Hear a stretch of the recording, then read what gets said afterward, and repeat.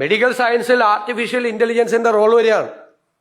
Artificial ഇന്റലിജൻസിന്റെ അടുത്ത് നിന്ന് നമ്മുടെ സിംറ്റംസ് പറഞ്ഞാൽ അപ്പൊ തന്നെ ഡയഗ്നോസ് ചെയ്യും. എന്നിട്ട് ഇതാണ് തന്റെ രോഗം എന്ന് പറയും. ഇപ്പൊ ഡയഗ്നോസ് ചെയ്യണമെങ്കിൽ വലിയ പാടാ. രോഗം വന്ന ഒരാൾ നമ്മളോട് പറയും എറണാകുളത്ത് ഒരു ആശുപത്രി ഉണ്ടെന്ന് പറയും, വേറൊരാൾ പറയും വേറെ സ്ഥലത്ത് ഒരു ആയുർവേദ ആശുപത്രി ഉണ്ടെന്ന് പറയും, വേറൊരാൾ പറയും യുനാനിയാണ് നല്ലതെന്ന് പറയും. അപ്പോൾ മറ്റൊരാൾ പറയും വയനാട്ടിൽ ഒരു ഒറ്റമൂലയുണ്ട് അതിന് പോകണമെന്ന് പറയും. രോഗം വന്ന പെട്ടുപോയതാണ് ഇപ്പോഴത്തെ കാലത്ത്. മറ്റൊരാ പ്രശ്നമില്ല, ആർട്ടിഫിഷ്യൽ ഇന്റലിജൻസ് അപ്പൊ തന്നെ രോഗം ഡയഗ്നോസ് ചെയ്ത് ഇതാണ് രോഗം എന്ന് പറയും. സെക്കൻഡ് ഓപ്ഷൻ എന്താ? ഫർദർ ആക്ഷൻ എന്താ? ഫർദർ ആക്ഷൻ മരുന്ന് പ്രിസ്ക്രൈബ് ചെയ്യുക അല്ലേ? അപ്പോൾ ഒരു കുറേ മരുന്നങ്ങ് എടുക്കും.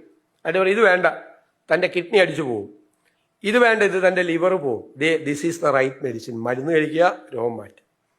പിന്നെ പറയുന്നുണ്ട് ആർട്ടിഫിഷ്യൽ ഇന്റലിജൻസും നാനോ ടെക്നോളജിയും കൂടി ഇന്റർ ഡിസിപ്ലിനറിയാണ്, 2 സബ്ജക്റ്റാണ്. രണ്ടും കൂടി ഉണ്ടാക്കിയിട്ട് ഒരു നാനോ സംഭവം ഉണ്ടാക്കി, ചെറിയൊരു സംഭവം. അത് ഇഞ്ചക്ട് ചെയ്യാം നമ്മുടെ വെയിനിലൂടെ. അത് ഇഞ്ചക്ട് ചെയ്തിട്ട് അതിങ്ങനെ പോവും. നിങ്ങൾ വീഡിയോ ഗെയിം കളിക്കില്ലേ ഇങ്ങനെ കയ്യിൽ വെച്ചിട്ട് ഇങ്ങനെ ആ സ്റ്റിക്ക് വെച്ചിട്ട്, അതുപോലെ ഡോക്ടർ ഇങ്ങനെ ഇതിനെ കൺട്രോൾ ചെയ്യും. അപ്പൊ ഈ സാധനം ഇങ്ങനെ പോവും. ഇത് പോയിട്ട് ഹാർട്ടിലെ ബ്ലോക്ക് ഉണ്ടെങ്കിൽ ബ്ലോക്ക് കംപ്ലീറ്റ് മാറ്റും. അപ്പൊ ആൻജിയോപ്ലാസ്റ്റി ഇല്ല, ബൈപ്പാസ് സർജറി ഇല്ല, ബ്ലോക്ക് മാറി. ശരീരത്തിലൂടെ പോയി ശരീരത്തിലെ ക്യാൻസറസ് സെല്ലുകൾ മുഴുവൻ റിമൂവ് ചെയ്യും. കീമോതെറാപ്പി ഇല്ല, റേഡിയേഷൻ ഇല്ല, മുടി കൊഴിയില്ല, ഒന്നുമില്ല, ക്യാൻസർ മാറി. ഇങ്ങനെയാണ് രോഗങ്ങൾ മാറ്റാൻ പോകുന്നത് വരുന്ന കാലത്ത്. പിന്നെ പറയുന്നുണ്ട് ഹാർട്ട് പോയാൽ വേറൊരാളുടെ ഹാർട്ടല്ല, artificial heart, artificial kidney, artificial liver. Artificial ലിവറിന്റെ കണ്ടുപിടുത്തം കഴിഞ്ഞ് അതിന്റെ ക്ലിനിക്കൽ ഇത് നടന്നുകൊണ്ടിരിക്കുകയാണ്. ഉടനെ വരും ആർട്ടിഫിഷ്യൽ ലിവർ. ഇപ്പൊ തന്നെ, അധിക സമയമുണ്ട, അടുത്ത നൂറ്റാണ്ടിലേക്ക് പോകണ്ട, ഇപ്പൊ തന്നെ വരും, റെഡി ആയിക്കൊണ്ടിരിക്കുകയാണ്. ലോകത്ത് ഗവേഷണം നടക്കുകയാണ്. പിന്നെ ചിലപ്പോൾ ഒരു 150 വയസ്സാവുമ്പോൾ ചിലപ്പോൾ എല്ലാം ആർട്ടിഫിഷ്യൽ ആയിരിക്കും ശരീരത്തിൽ, പഴയ സാധനമൊന്നും ഉണ്ടാവില്ല, അതായിരിക്കും വരുന്നത്. പിന്നെ വേറെ സംഭവം പറയുന്നുണ്ട്, ആർട്ടിഫിഷ്യൽ ഇന്റലിജൻസ് ചെയ്യാൻ പോകണം. അത് കണ്ട് എനിക്ക് നിങ്ങളോട് ഭയങ്കര അസൂയ തോന്നുക. കാരണം നിങ്ങളുടെ ജനറേഷനാണ് അത് കിട്ടാൻ പോകുന്നത്, ഞങ്ങൾക്ക് കിട്ടാൻ സാധ്യത കുറയില്ല. എന്താ കാര്യം? ഏജിങ് പ്രോസസ്സ് റിവേഴ്സ് ചെയ്യും. പ്രായമാവില്ലെന്ന്. 125 വയസ്സാവുമ്പോഴും നമ്മുടെ പൊതുവിദ്യാഭ്യാസ മന്ത്രി എൻ ഷംസുദ്ദീനെ കണ്ടു കഴിഞ്ഞാൽ ഇതുപോലെ തന്നെ സുന്ദരനായിരിക്കും, പ്രായമാവില്ല. എന്റെ പോലെ മുടിയൊക്കെ കൊഴിഞ്ഞ് മുഖമൊക്കെ ചുളിഞ്ഞ് പോവില്ല. ഏജിങ് പ്രോസസ്സ് റിവേഴ്സ് ചെയ്യാൻ വേണ്ടിയിട്ടുള്ള കണ്ടുപിടുത്തങ്ങളാണ് ലോകത്തിൽ ഉണ്ടാകുന്നത്. നമ്മൾ വായിച്ചു പോയി കഴിഞ്ഞാൽ ഭയങ്കരമായ അത്ഭുത ലോകത്തേക്കാണ് നിങ്ങൾ പോകുന്നത്, വിസ്മയ ലോകത്തേക്കാണ് എൻ്റെ കുട്ടികൾ പോകുന്നത്.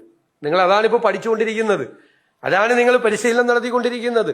ആ ലോകത്ത്, ഈ വിജ്ഞാനത്തിന്റെ ആ വലിയ ലോകത്തിലേക്കാണ് നിങ്ങൾ പോകുന്നത്. ലോകം മാറുകയാണ്, എല്ലാ രംഗത്തും മാറുകയാണ്. ഇത് ഫ്യൂച്ചറിനെ കുറിച്ചാണ് പറഞ്ഞത്, പാസ്റ്റിനെ കുറിച്ചുണ്ട്. നമ്മുടെ ഗതകാലത്തെക്കുറിച്ച് 10,000 വർഷങ്ങൾക്ക് മുമ്പ് സംഭവിച്ചത് കണ്ടുപിടിക്കാൻ ഈ ടെക്നോളജി ഉപയോഗിക്കുകയാണ്. മനുഷ്യൻ നടന്നു വന്ന വഴികൾ. ഇപ്പൊ ചിലർ പറയും ഞങ്ങൾ ആര്യന്മാർ, ഞങ്ങൾ വെളുത്ത ആളുകൾ, നിങ്ങൾ കറുത്ത ആളുകൾ. ഒരു ഇതുമില്ല. ഇപ്പോഴത്തെ കണ്ടുപിടിച്ചേക്കണ എന്താ അറിയോ? എല്ലാവരും ഔട്ട് ഓഫ് ആഫ്രിക്കൻസ് എന്നാണ്. നമ്മുടെ പൂർവികരെല്ലാം ആഫ്രിക്കയിൽ ജീവിച്ചിരുന്നവരാണെന്നാണ്. ആഫ്രിക്കയിൽ നിന്ന് അവർ ഇന്ത്യയിലേക്ക് വന്നതിന്റെ റൂട്ട് ഇപ്പൊ ക്ലിയറാണ്. ആദ്യത്തെ റൂട്ട് അഫ്ഗാനിസ്ഥാൻ വഴി വന്നു നോർത്ത് ഇന്ത്യയിലേക്ക്. രണ്ടാമത്തെ ബാച്ച് 1000 വർഷങ്ങൾക്ക് ശേഷം ഇറാനിലെ മെഡോസ് വഴി വന്നു. കുറെ നാൾ അവരെല്ലാം കൂടി അവിടെ ഒരുമിച്ച് ജീവിച്ചിട്ട് പിന്നെ സൗത്ത് ഇന്ത്യയിലേക്ക് പോന്നു. അതാരാ? നമ്മുടെ പൂർവികരാണ്. അതെങ്ങനെ കണ്ടുപിടിക്കുന്നത്? മനുഷ്യന്റെ മൂവ്മെന്റ്, ആർക്കിയോളജിക്കൽ എക്സ്കവേഷൻ നടത്തും.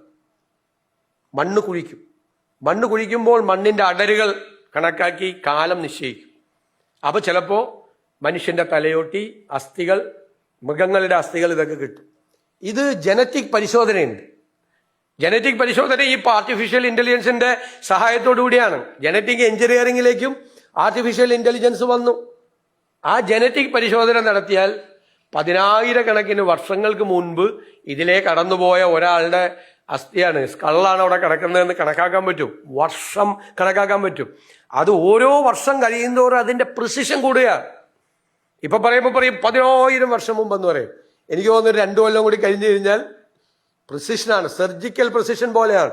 ഇത്രാമത് വർഷമാണ് ഇനി ഇതിലൂടെ ആള് കടന്നുപോയത്. മനുഷ്യന്റെ മൂവ്മെന്റ് പോലും പാസ്റ്റ് ഗതകാലത്തെ കടന്നുപോയത്.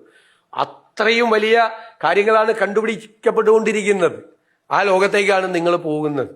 അത് ബഹുമാനപ്പെട്ട അധ്യക്ഷൻ മന്ത്രി ഇവിടെ സൂചിപ്പിച്ചതുപോലെ നിങ്ങൾ വളരെ പാഷനേറ്റായി നിങ്ങളുടെ ഈ സബ്ജക്റ്റിനെ, നിങ്ങൾ ഇഷ്ടപ്പെടുന്ന സബ്ജക്റ്റിനോട് വളരെ അർപ്പണബോധത്തോടു കൂടി ഡെഡിക്കേറ്റഡായി ഹാർഡ് വർക്ക് ചെയ്ത്, ഞാൻ നേരത്തെ പറഞ്ഞതുപോലെ നോളജ് അപ്ഡേറ്റ് ചെയ്ത് നിങ്ങൾ മുന്നോട്ട് പോകണം.